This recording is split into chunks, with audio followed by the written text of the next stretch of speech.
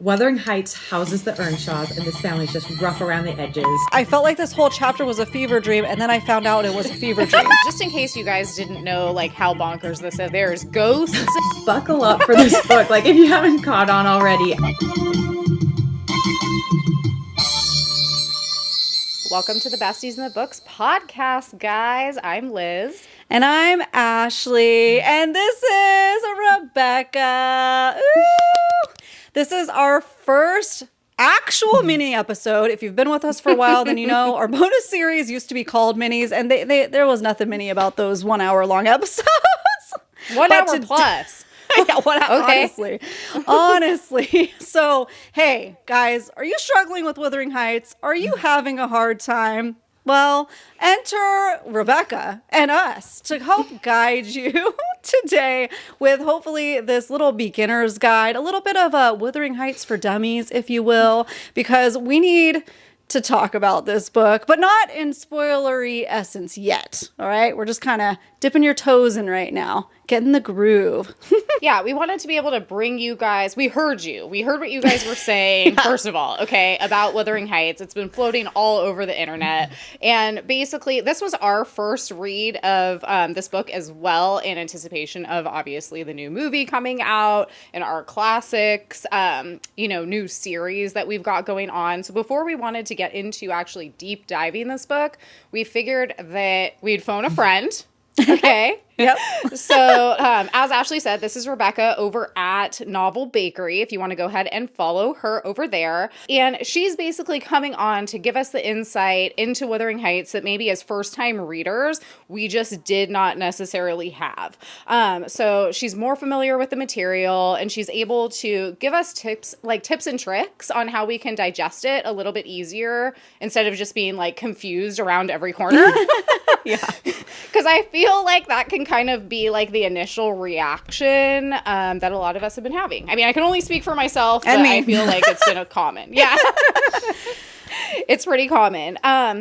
But before we bring Rebecca officially on to answer our questions, and hopefully your questions, so that you can get some help from this guide, we just wanted to say thank you so much for being here. Seriously, thank you guys so much for taking time out of your day and your book, and maybe you just cracked open that beautiful novel by Emily Bronte herself, and you're just like, what?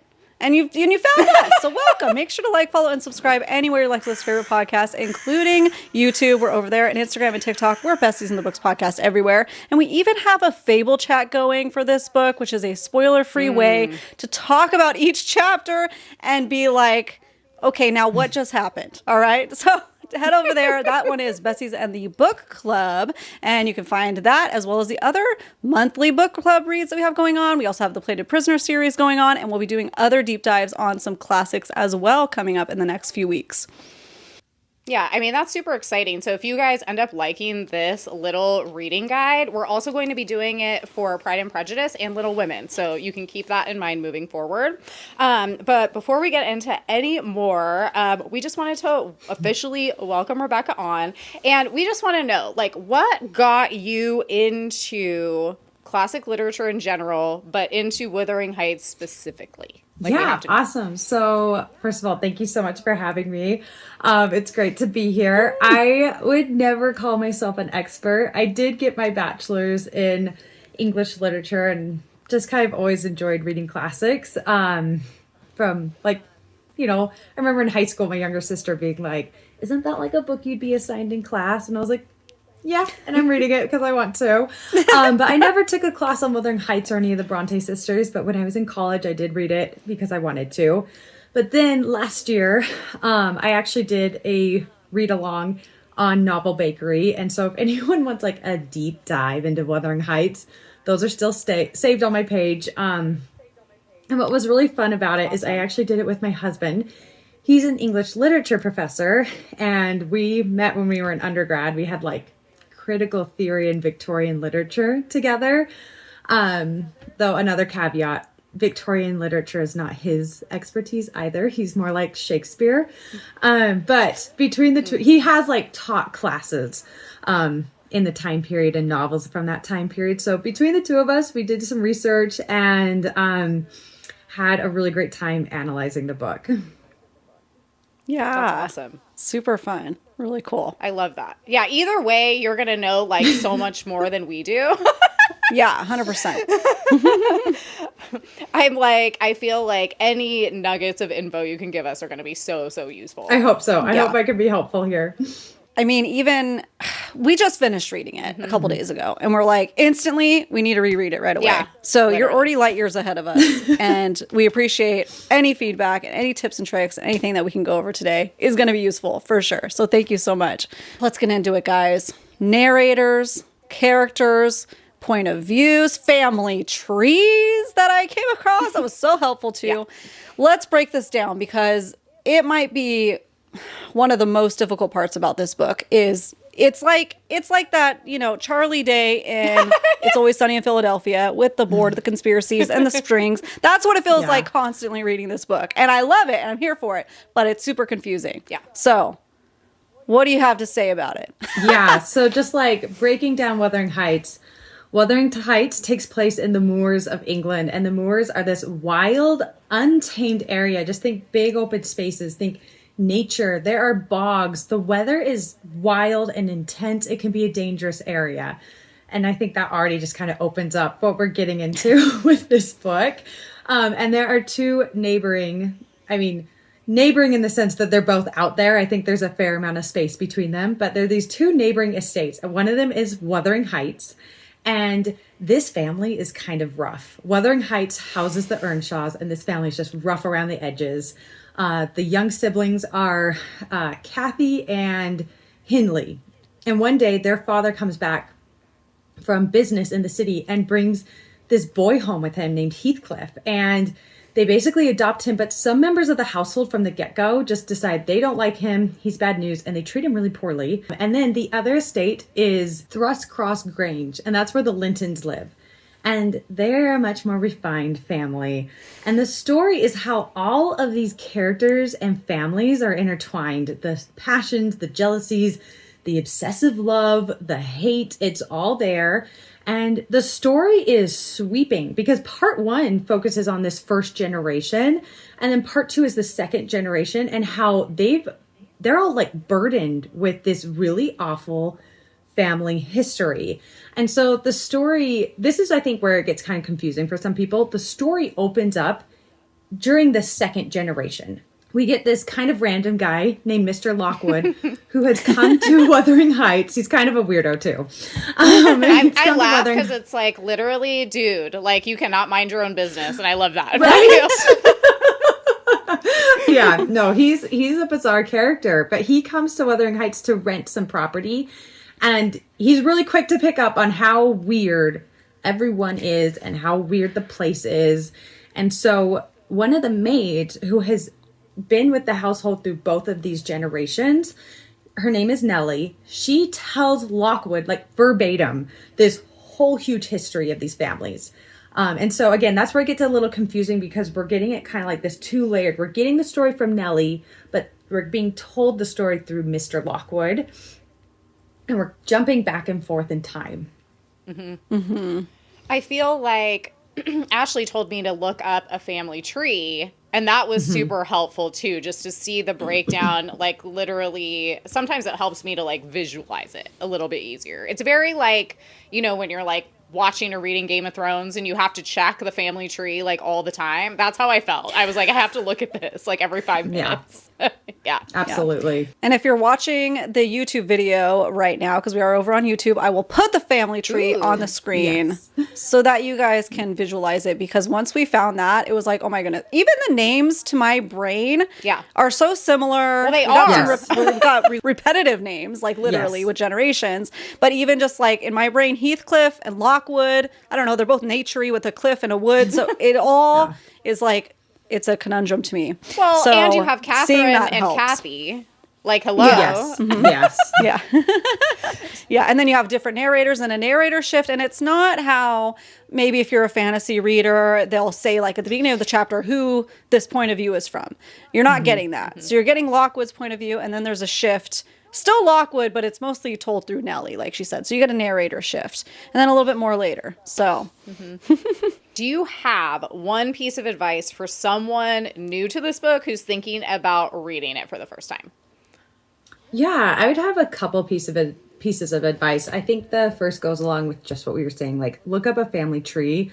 Also, I think as readers, like we really don't want our spoilers and we want everything to be a surprise. But I think sometimes with classics, don't be afraid to go read a summary. Maybe not the newer movie, but Wuthering Heights is a good example of this. We'll find out soon, right? Yeah, I was going to say some classics I would say watch the movie first. I don't know that there's really been a Wuthering Heights adaptation that is helpful for that, but read a summary. Maybe you just need a couple chapters, maybe the first quarter of the book. Maybe it'll be a much better experience if you're reading a summary before every single chapter. Like just get your footing, especially because this one does kind of change between times, between characters that are hard to follow. I think the pacing can be a little touch and go sometimes with Wuthering Heights, like you get these like really crazy chapters where just like, oh my gosh, like I don't know about you, but like I would have these moments where I was like, I can't believe I think we get this idea that like people a long time ago were very proper. And I'm like, these people are not proper. No. What is happening? Totally. Bonkers. So I loved think, it. yes. And so I think like a summary can be really helpful. And just like whatever you need. And then my other piece of advice is just like, buckle up for this book. Like if you haven't caught on already, I don't know why it gets this reputation as being this lovely love story. Like even the movie's tagline is the greatest love story of all time. Like I think you're going to have a very strange experience if that's the idea you're going in with. I've been talking about, just with the movie coming out, I've been talking about Wuthering Heights on my stories a little more, and someone messaged me and said, it's a great love story, like Hamlet and Ophelia are a great love story. Like tragic and toxic, Yeah. So yeah, just like be prepared. Like this book actually gets pretty dark. It gets wild. It gets heavy. Yeah. I mean, it definitely, if you go into our Fable chat, you will see that me and Ashley are like, wait, this is not what we expected. Like, where are we right now? Like, what is this place? I think one of the things that I commented was like, I felt like this whole chapter was a fever dream, and then I found out it was a fever dream. So, hey, if that doesn't sum up the vibe, chaotic is like my vibe the entire time. There's some different stuff going on there, but guys, I don't even know if this will prepare you guys. Because you're like thinking, like you said, classic literature. Oh, it's kind of la-di-di and flowery. And speaking on the movie, the first reactions that I was hearing from it as somebody who just read the book completely blind. Liz, you didn't really know anything about it either, right? Nope. I didn't know nothing.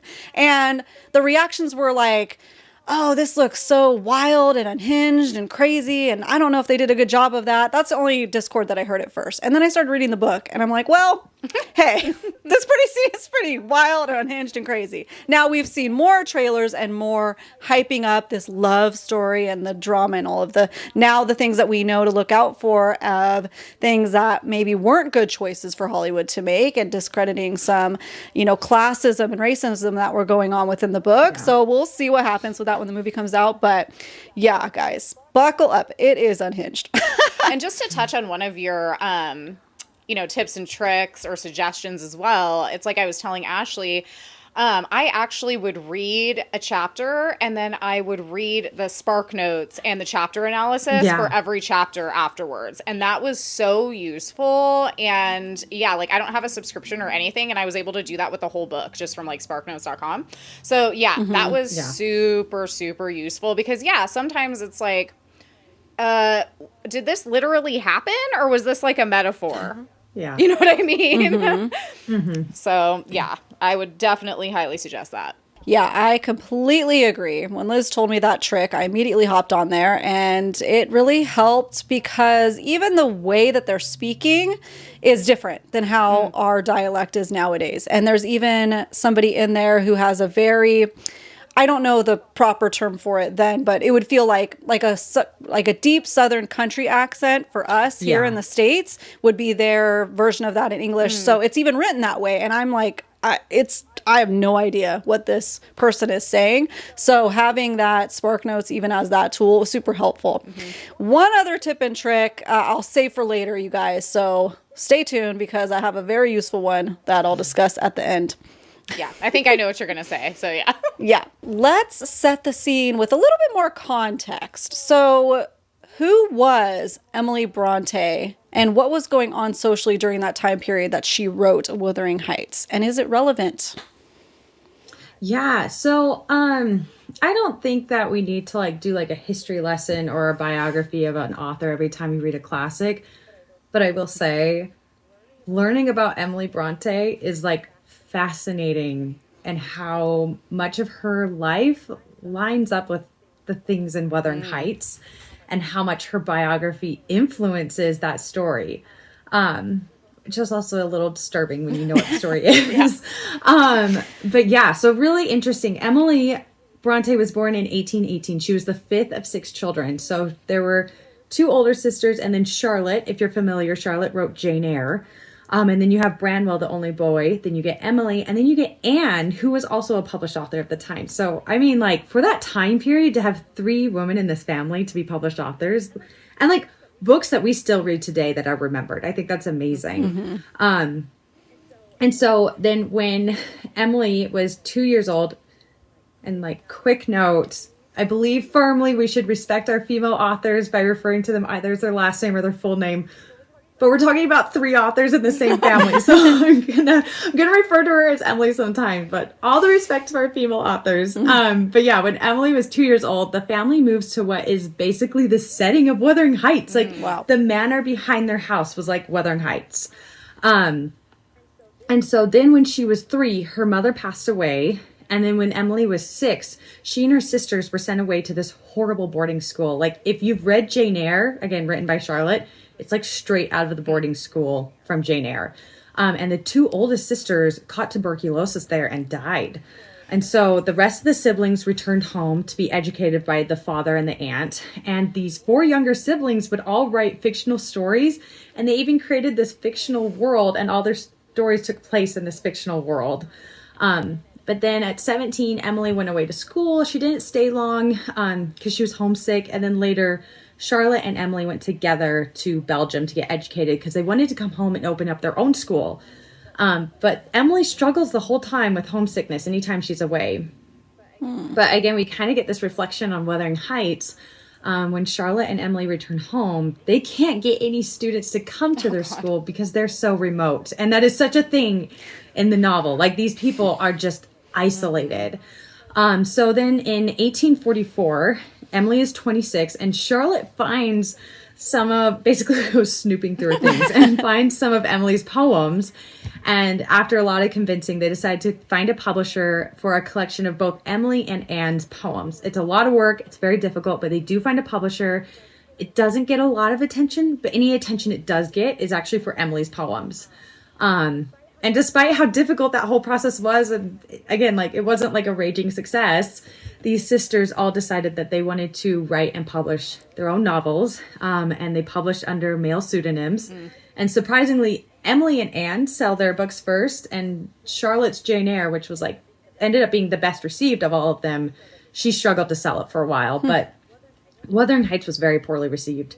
People were just horrified by these characters and the circumstances. Like, they really didn't like Heathcliff. I mean, I even thought about that because I was like, if this is shocking to us now, imagine like how shocking that would absolutely be. Yeah, crazy. Yeah, but there's just so many biographical influences. Like, apparently Bramwell, the brother, had claimed to have seen the ghost of one of their older sisters who had died, and there are ghosts that are going to come up in Wuthering Heights. And it sounds like her brother Branwell and her father were like very emotionally volatile.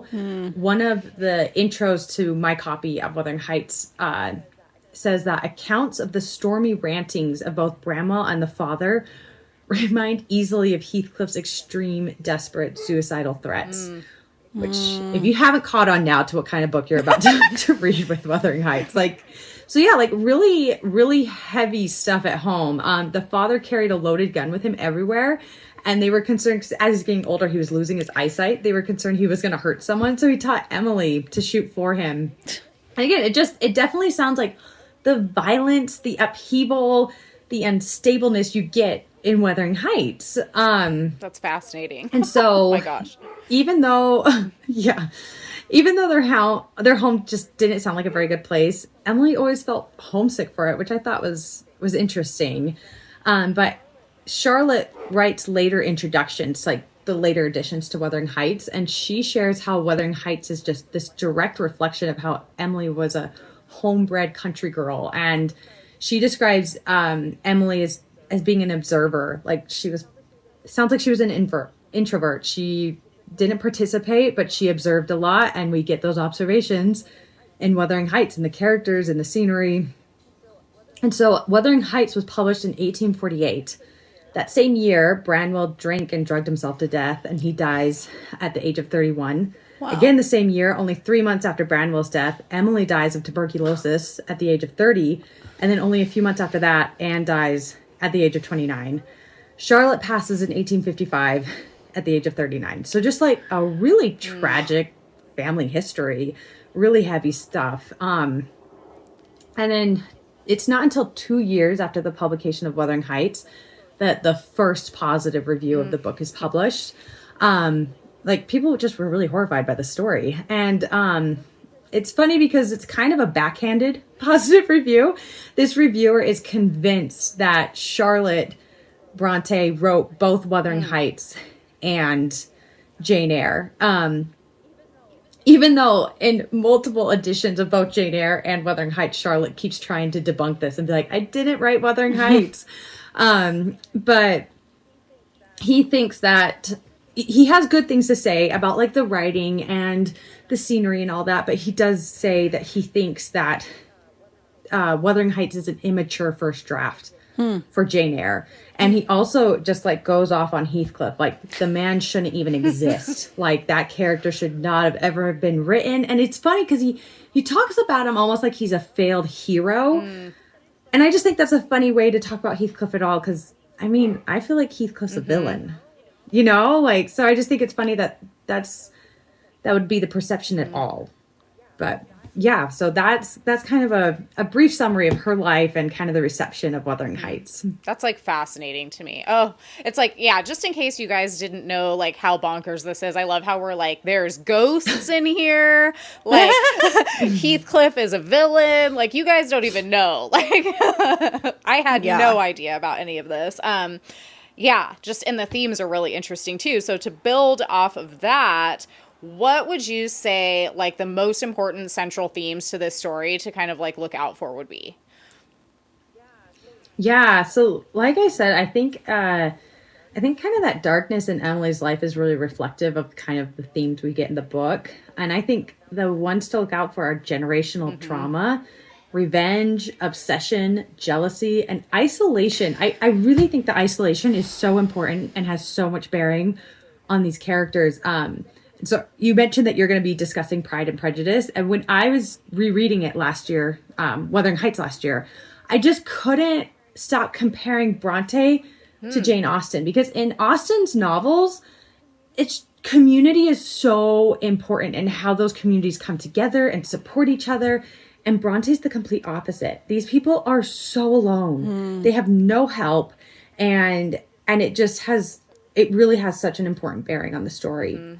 Yeah, The Shining comes to mind. You know what I mean? Yeah.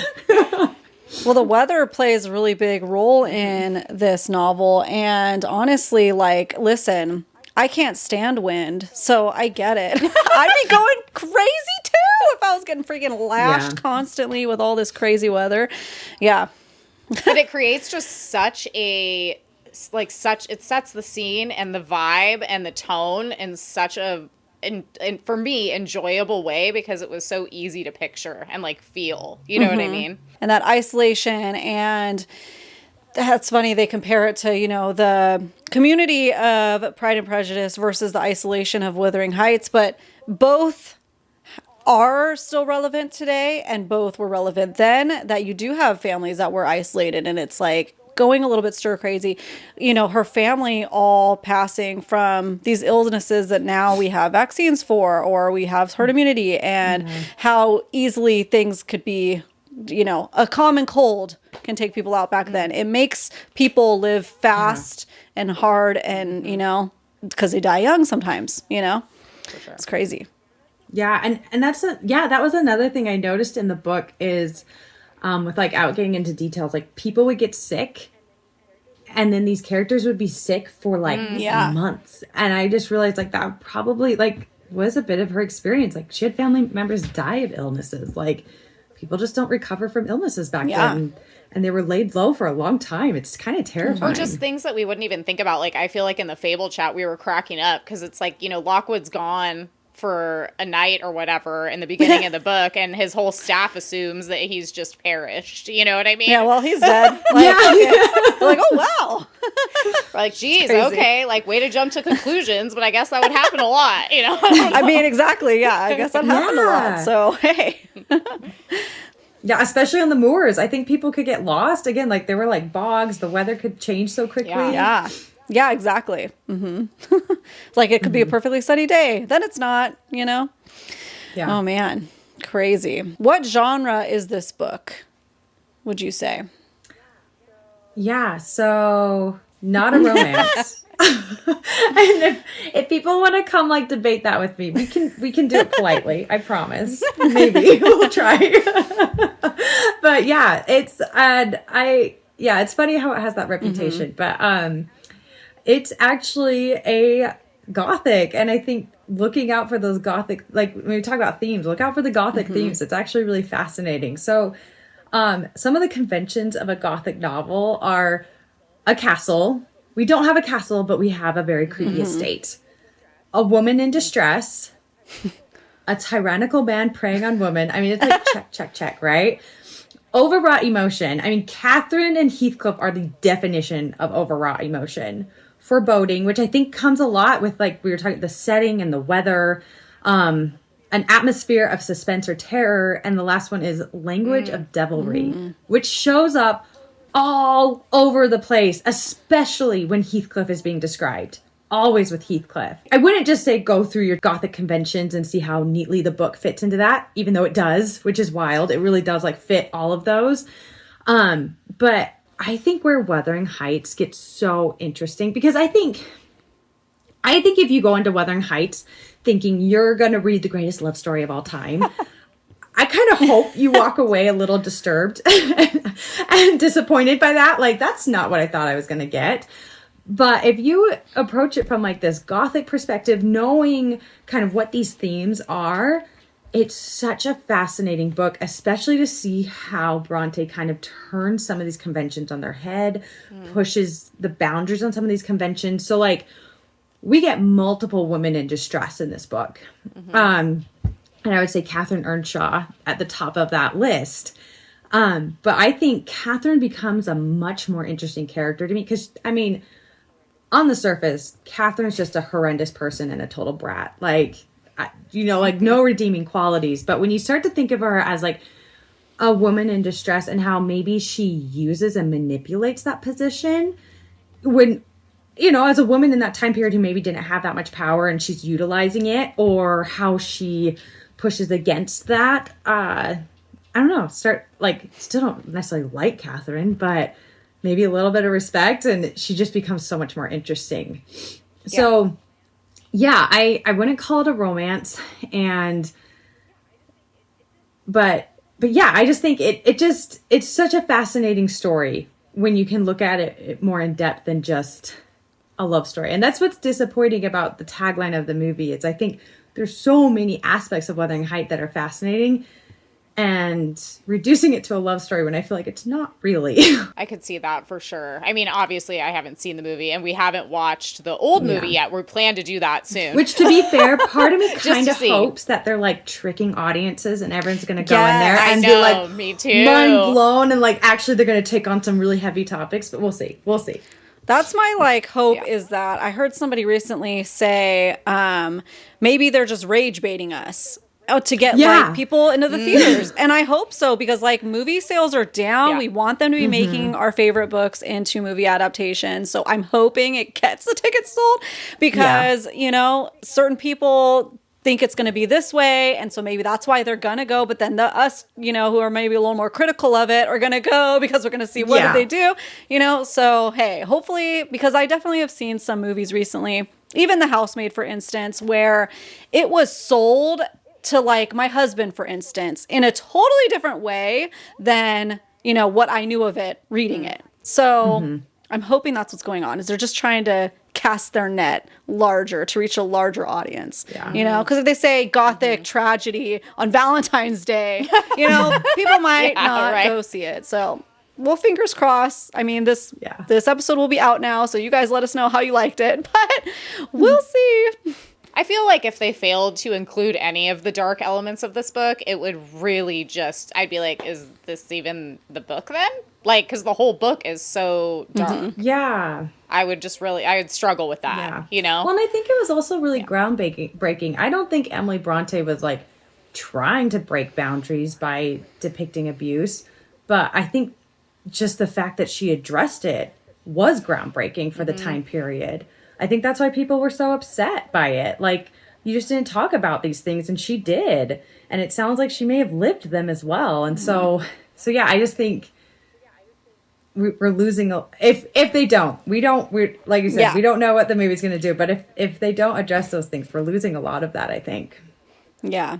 And even so, you mentioned, you know, with Catherine, and basically she's a multidimensional character. You know, when we first read, we're quick to pass judgments on different characters, and to me, especially with the retellings of their story through the eyes of the maid and the neighbor and all of this, we can remind ourselves when we're reading these characters that they are multidimensional, and you're getting some of their history. You're getting Catherine and what she's going through, and a little bit of what she's telling the people that are narrating her life now. And you're getting the things that Heathcliff has even had to deal with, and why he becomes the way that he becomes. Not to justify either of these characters' choices, but we're getting some of that with what we love now in the books that we read, where people are not just black and white. You know, we have full, well-rounded people that have come from different places, and these are their responses to that, and their characteristics, and their family lineage, and everything that plays a role into that.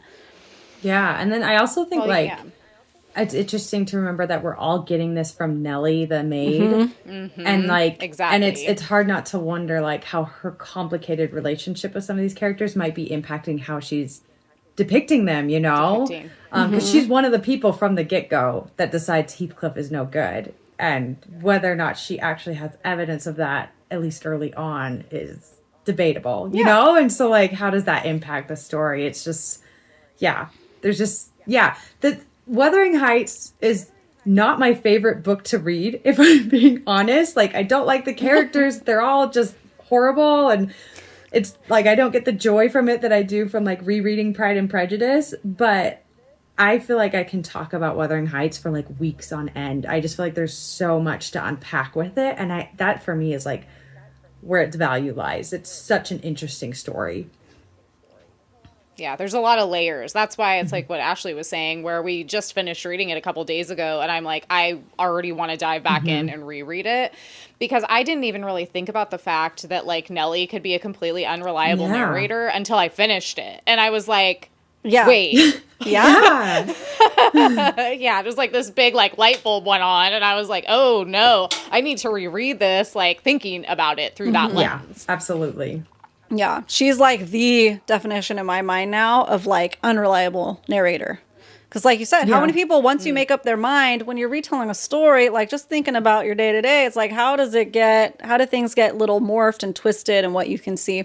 So I love that, because this book, whatever the reviews were, whatever their sales were originally, it gets people talking about all of these things. Yeah. And we're still here doing it today. What is that? Almost 200 years later? That's pretty crazy. Yeah. That is really crazy. I mean, just the fact that she could call out things like what you're saying as far as like abuse, generational trauma and stuff like that, whether she was like intentionally like cognizant of that choice or just telling a story, you know, is like remarkable to me too. Like, wow. Yeah, definitely. So do you have any other, like, as we wrap this, you know, little phone a friend episode up, do you have any other just little tips and tricks that you wanted to share with us, just in general? Any other things that we might have missed? Just a small one, and it's just like, look to the text. Like, it can be interesting to learn the history behind a book, the biography, etc. of the author, but let the text speak, you know? Like, if you're going it, maybe you read it at 14, you're like, no, it was the greatest love story ever told, you know? Like, look for your textual, you know, like, look for the textual evidence. Yeah, it does, you know? And like, where's the evidence for that? And maybe you'll find evidence, because that's like, Heathcliff and Kathy, unfortunately, have some really great declarations of love, these like one-liners that people like to pull out, and you're like, oh, that is romantic. Until you put it into context of like everything else that's happening on the page, and you're like, oh. So yeah. Well, see, I feel like without getting into too many details, you know, that's something I think that's one of the reasons why this book resonated so much with me and I loved it so much, because those things aren't mutually exclusive, right? It's like you can be toxic and abusive and also madly in love at the same time. Yeah. And I feel like it's rare to find a story that depicts that dynamic so well. And so, yeah, I think that was probably my favorite part about this. But you're totally right. It's like I went into it thinking one thing and I came out thinking something completely different. Yeah.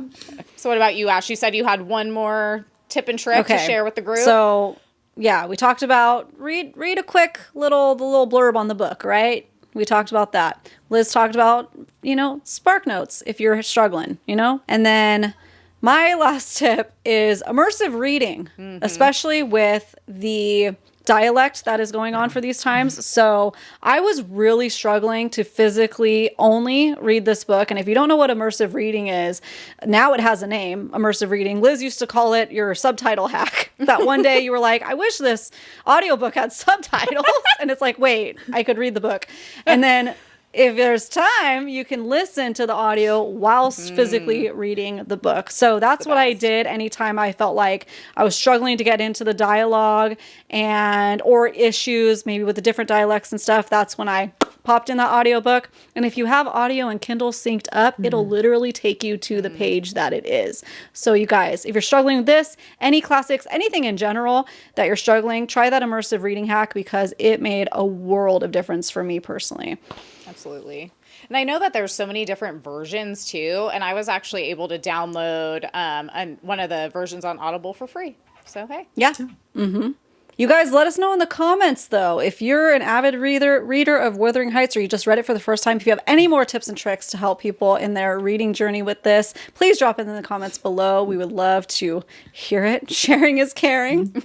We hope this mini episode was helpful and a good little reading guide for you to help crack open this amazing classic novel. Maybe watching the movie, maybe, you know, take a little peek at our deep dive that we'll have coming up in the next couple weeks, fully diving into this book in a complete spoilery way. So this was our more spoiler-free episode. First 15 minutes of every episode is spoiler-free, but then we're getting into it. So you got some time to finish your read, and make sure as well to go follow Rebecca over at Novel Bakery on Instagram for some amazing bookish and baking content. Thank you so much, Rebecca, for joining us today. Thank you for having me. You don't call yourself an expert, but dude, you just unloaded a lot of knowledge on me. So it's true. So much. Expert in my book. Same. Make sure to like, follow, and subscribe anywhere you like to listen to your podcast, including YouTube. We'll be having some more friends joining us in these little phone a friend segments, because we are diving into some more classics that Liz and I haven't read, and then one that'll be a reread for Liz. So you can make sure to also follow us on Instagram and TikTok. Besties in the Books podcast everywhere. And you guys, we'll see you next Tuesday. And Friday. Oh, that's true. And Friday. Yep. Bye. All right, guys. Bye.